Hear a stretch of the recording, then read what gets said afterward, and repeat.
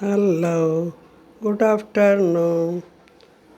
ரொம்ப நாளைக்கு அப்புறம் வீடியோவுக்கு போடுறேன் நான். எல்லோரும் சாப்பிட வாங்க.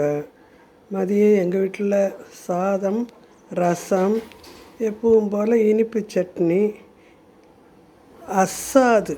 இது எங்கள் மாமியாருடைய டிஷ். இது மீன் அசாது தேங்காய் போட்டு பண்ணுவாங்க. சென்னை பக்கம் பண்ணுவாங்க. அது ரொம்ப நல்லா இருக்கும்.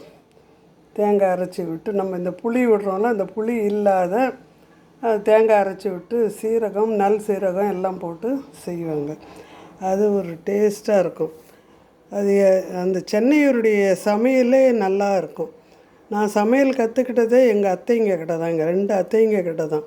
அவ்வளோ நல்லா சமைப்பாங்க அவங்க. அந்த சமையல் தான் நான் கற்றுக்கிட்டது. அவங்கக்கிட்ட கற்றுக்கிட்ட சமையல் தான் இன்னைய வரைக்கும் எனக்கு. எல்லாருமே சொல்லுவாங்க, இது நல்லா இருக்குது, அது நல்லா இருக்குன்னாங்க. நல்லா இருக்கிறதுக்கு காரணம் ஃபுல்லாக அவங்க தான். சரியா?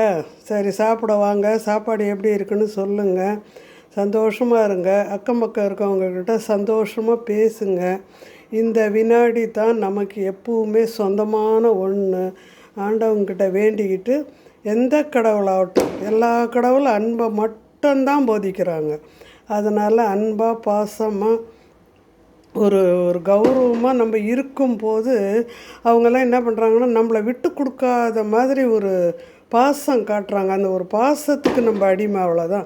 இந்த நிமிஷம் நிலையானதுன்னு நினச்சி பாருங்களேன். நம்ம எல்லாத்தையும் விட்டுட்டு அந்த அன்பு, பாசம், மற்ற எந்த விஷயத்தையும் நம்ம மனசில் வைக்காதீங்க. இந்த நிமிஷம் நிம்மதியான இருக்குது அப்படின்னு நினச்சி நம்ம வாழ்ந்தோம்னா எல்லாம் நல்லபடியாகவே இருக்கலாம். நல்லாவே சந்தோஷமாக இருக்கலாம். சரிங்களா? சாப்பிட்டுட்டு எப்படி இருக்குன்னு சொல்லுங்கள். Thank God. தேங்க்யூ.